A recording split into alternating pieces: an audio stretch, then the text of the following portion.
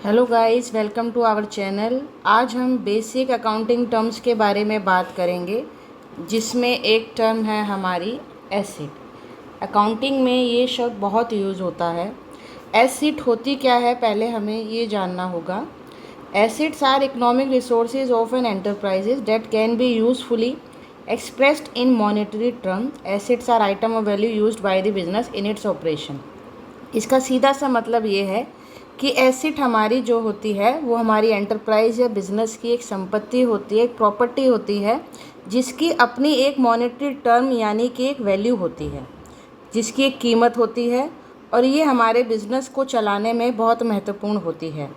जैसे कि अगर हम कोई बिज़नेस, मान लीजिए कोई सुपर बाज़ार या कोई हम मॉल वगैरह चला रहे हैं, उसकी एक अपनी एक बिल्डिंग है, तो वो जो बिल्डिंग उस मॉल की है वो उसकी एसेट मानी जाएगी। या हम कोई डिलीवरी का काम कर रहे हैं, जैसे कि आप मान लो ब्लिंकिट से ऑर्डर करते हैं, तो ब्लिंकिट जो ऑर्डर करता है उसके लिए वो वैन वगैरह या जो भी ट्रक वगैरह यूज़ करता है उस बिज़नेस को चलाने के लिए, तो उसने जो ट्रक खरीदे या डिलीवरी वैन खरीदी है वो उसकी प्रॉपर्टी मानी जाएगी, एसेट मानी जाएगी, और उसकी अपनी एक मौद्रिक कीमत होती है, एक मॉनेटरी कीमत होती है। तो व्यवसाय को चलाने के लिए जो भी संपत्तियों का इस्तेमाल किया जाता है या जो खरीदी जाती हैं, वो सब जो होती हैं वो उस बिज़नेस की एसेट्स होती हैं। अब हम जानते हैं कि एसेट्स कितने प्रकार की होती हैं। एसेट्स दो तरह की होती हैं, एक करंट एसेट, दूसरी नॉन करंट एसेट। इसके नाम पे मत जाइएगा। करंट का सीधा सीधा सा मतलब होता है जिसकी समय अवधि जो होती है 1 ईयर और लेस देन 1 ईयर, जिसकी भी वैल्यू या जो उसकी टर्म्स होती है, समय होता है, वो 1 साल या 1 साल से कम का होता है, वो हमारी करंट एसेट होती है। और अगर उसका समय मोर देन 1 ईयर है तो वो नॉन करंट एसेट होगा। ये ऐसा इसलिए होता है क्योंकि जब हम बिज़नेस को चलाते हैं तो कई तरह की संपत्तियां होती है जो हमें शॉर्ट टर्म में इस्तेमाल करते हैं, और कुछ होती है जो लंबे समय तक, जब तक कि बिज़नेस चलता है, वो इस्तेमाल होती हैं। मान लीजिए, जैसे कि एग्ज़ाम्पल दें तो अगर हमने ब्लिंकिट के हम एग्ज़ाम्पल लेते हैं या बिग बास्केट का लेते हैं, तो इन्होंने जो है क्या कहते हैं, एक गोदाम बनाया होगा जिसमें कि सामान को कहीं ना कहीं स्टोर करा होगा। तो वो जो गोदाम है या जो बिल्डिंग है वो इनकी लॉन्ग टर्म एसेट होगी। क्यों? क्योंकि वो काफ़ी समय तक विद्यमान रहेगा, काफ़ी समय तक मौजूद रहेगा और व्यवसाय के काम में आएगा। लेकिन उस गोदाम में जो रखा हुआ स्टॉक है, जिस सामान की डिलीवरी करते हैं, वो आता रहेगा, जाता रहेगा, कस्टमर के लिए मंगवाया जाएगा, कस्टमर को डिलीवर करा जाएगा, तो वो बहुत शॉर्ट टर्म के लिए रहेगा वो सामान। तो वो जो स्टॉक है वो इनकी नॉन करंट एसेट है, क्योंकि वो 1 साल या वो 1 साल क्या कहें, हम 1 महीने के अंदर अंदर भी ये ख़त्म कर देते होंगे। तो सीधी सी बात है, जिस संपत्ति का इस्तेमाल एक समय 1 साल या उससे कम अवधि के लिए किया जाता है वो नॉन करंट एसेट है। 1 साल या उससे अधिक के लिए किया जाता है वो हमारी नॉन करंट एसेट है, और जो 1 साल से कम होगी वो हमारी करंट एसेट कही जाएगी। जैसे मान लीजिए, अब नॉन करंट एसेट में हमारी कौन कौन सी एसेट आती हैं? Fixed asset. फिक्स्ड एसेट मतलब जो अपनी जगह पे मौजूद है, जो हटा नहीं सकते, जैसे कि बिल्डिंग, कोई हमने बनाया हुआ कोई प्लांट लगाया है, कोई मशीनरी है, कोई कारखाना है, वो फिक्स्ड रहेगा। Non current investment. Non current investment में हम ये मानेंगे कि मान लो कंपनी के पास जो पैसा था उससे कुछ इन्वेस्टमेंट किया, उस पैसे को उसने कहीं लगाया, उस कहीं को लगाया, मशीनरी को खरीदने में लगाया, या कहीं उसने इंटरेस्ट इनकम अर्न करने के लिए लगाया, लेकिन वो 1 साल से ज़्यादा अवधि का इन्वेस्टमेंट किया है, तो वो नॉन करंट हो गया। तीसरा शब्द आता है डेफर्ड टैक्स एसेट। ये थोड़ा नया शब्द लगेगा आपको। डेफर्ड टैक्स एसेट, भाई ये क्या चीज़ है? हम तो टैक्स की पेमेंट कर रहे हैं, तो ये एसेट कैसे है?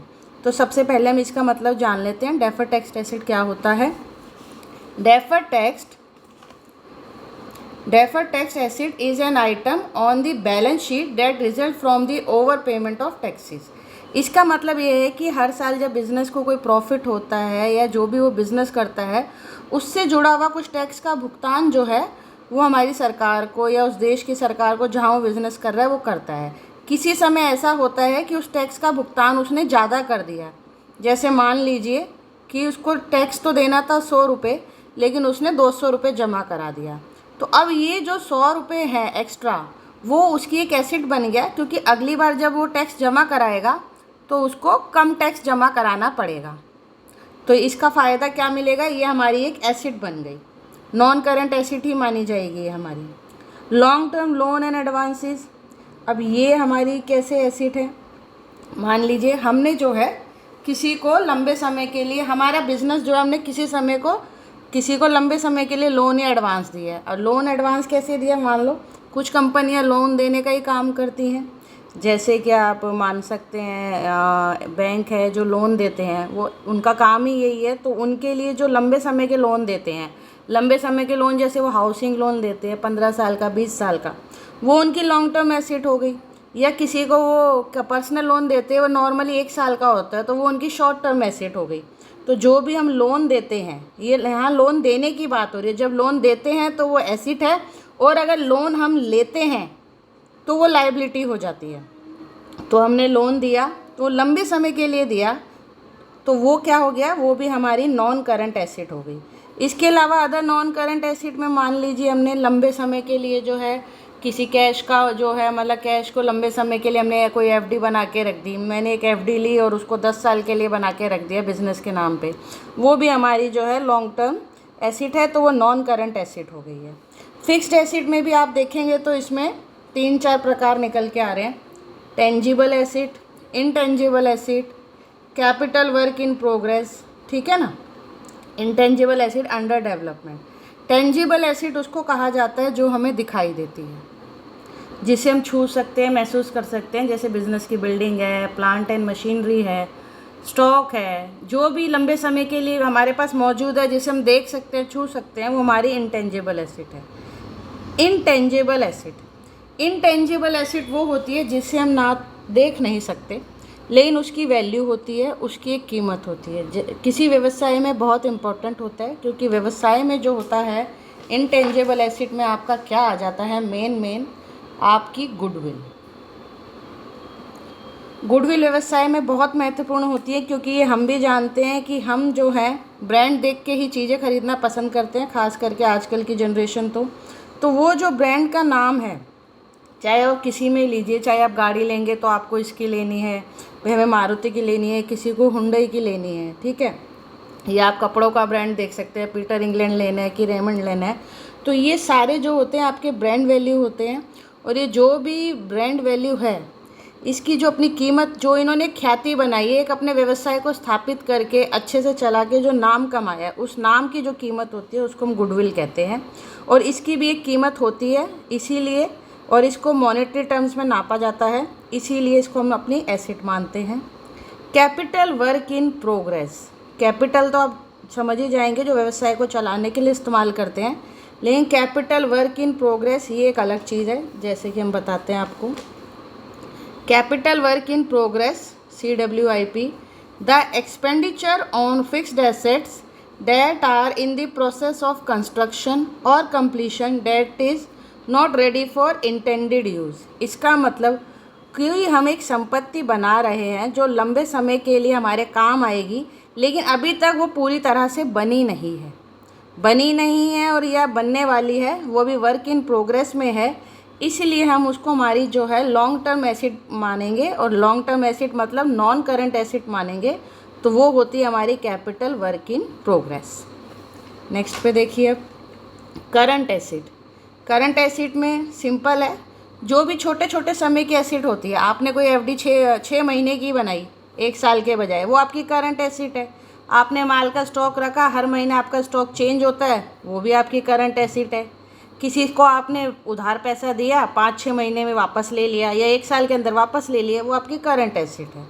इसी तरह की होती है करंट एसेट। जैसे कि करंट इन्वेस्टमेंट वही हो गया कि आपने एक इन्वेस्टमेंट किया जिसमें आपको थोड़ी ब्याज की इनकम हो जाए, कुछ भी इनकम हो जाए, और वो 1 साल के अंदर अंदर उसकी समय सीमा है। इन्वेंट्री स्टॉक को ही कहते हैं। तो स्टॉक आपने, जैसे कि कोई माल की अगर आप सप्लाई करते हैं तो उसका रॉ मटेरियल लाते होंगे, तो जो भी आपने स्टॉक रखा है वो हमेशा आता जाता रहता है। तो क्योंकि वो नॉर्मली स्टॉक की ड्यूरेशन इतनी होती है कि 5-6 महीने या 1 साल के अंदर अंदर हम उसको इन और आउट करते रहते हैं, तो वो भी हमारी शॉर्ट टर्म एसेट होता है। ट्रेड रिसीवेबल, ट्रेड रिसीवेबल होते हैं जैसे कि हम अपना व्यवसाय चलाते हैं तो कुछ लोगों को जो है हम पैसा उधार देते हैं। भाई जैसे कि हमने कह दिया आज हमसे सामान ले लो और ये सामान अपने पास ले जाइए और 6 महीने के अंदर या 8 महीने के अंदर या 3 महीने के अंदर आपको इसकी पेमेंट कर दीजिएगा, तो ये भी हमारी एक करंट एसेट हो जाती है, क्योंकि इसकी समय अवधि 1 साल या इससे कम होती है। जो छोटे समय का उधार हम अपने कस्टमर्स को देते हैं वो हमारी करंट एसेट हो गई। कैश जो हम हमेशा रखते हैं, एक कैश तो हम जो इन्वेस्ट करके रखते हैं जिसे हम एकदम से खर्च नहीं कर पाते। कुछ कैश व्यवसाय हमेशा अपने पास रखता है, जैसे कि हम घर में भी रखते हैं कि यार 8-10 हज़ार का तो हमारे घर में खर्चा चलना ही चलना होता है, तो कैश तो घर में होना चाहिए। उसी तरह बिज़नेस में भी छोटे मोटे खर्चों के लिए कैश को रखा जाता है। वो जो शॉर्ट टर्म कैश होता है वो हमारी करंट एसेट होता है। Short term loan and advances वही है कि हमने लोन दिया, जैसे मान लो काम ही अगर हमारा लोन देने का है, मेरी जो फर्म है वो लोन देने का ही काम करती है और हम शॉर्ट टर्म लोन दे रहे हैं, जैसे कि किसी को हमने गोल्ड लोन दिया तो हमने 6 महीने का दिया या 8 महीने का दिया, तो हमारा short term loan and advances हो गया। इसी तरह से कोई भी एसेट हो सकती है हमारे व्यवसाय के लिए। मैंने कोई और सामान मंगाया, जैसे मान लीजिए कोई सामान ऐसा मंगाया कि वो 1 साल बाद वैसे यूज़ होके ख़त्म हो जाएगा, तो वो भी हमारी जो है वो शॉर्ट टर्म एसेट हो जाएगा। तो इस तरह से हम जान सकते हैं कि एसेट हमारी किस किस तरह की होती है। एसेट हमारी 2 ही तरह की होती है, एक नॉन करंट एसेट, एक करंट एसेट। करंट एसेट का मतलब यही है कि जिसकी समय अवधि 1 साल या 1 साल से कम होती है। नॉन करंट एसेट जो व्यवसाय जब तक चलता है या लंबे समय तक विद्यमान रहती है वो हमारी नॉन करंट एसेट होती है, जैसे fixed asset, non current investment, deferred tax, long term advances, non current asset. I hope कि आपको अब एसेट के बारे में काफ़ी कुछ क्लियर हो गया होगा।